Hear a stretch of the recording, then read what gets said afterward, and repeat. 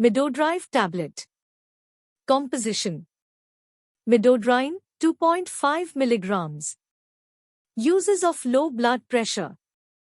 Common side effects of Midodrive: headache, nausea, rash, difficulty in urination.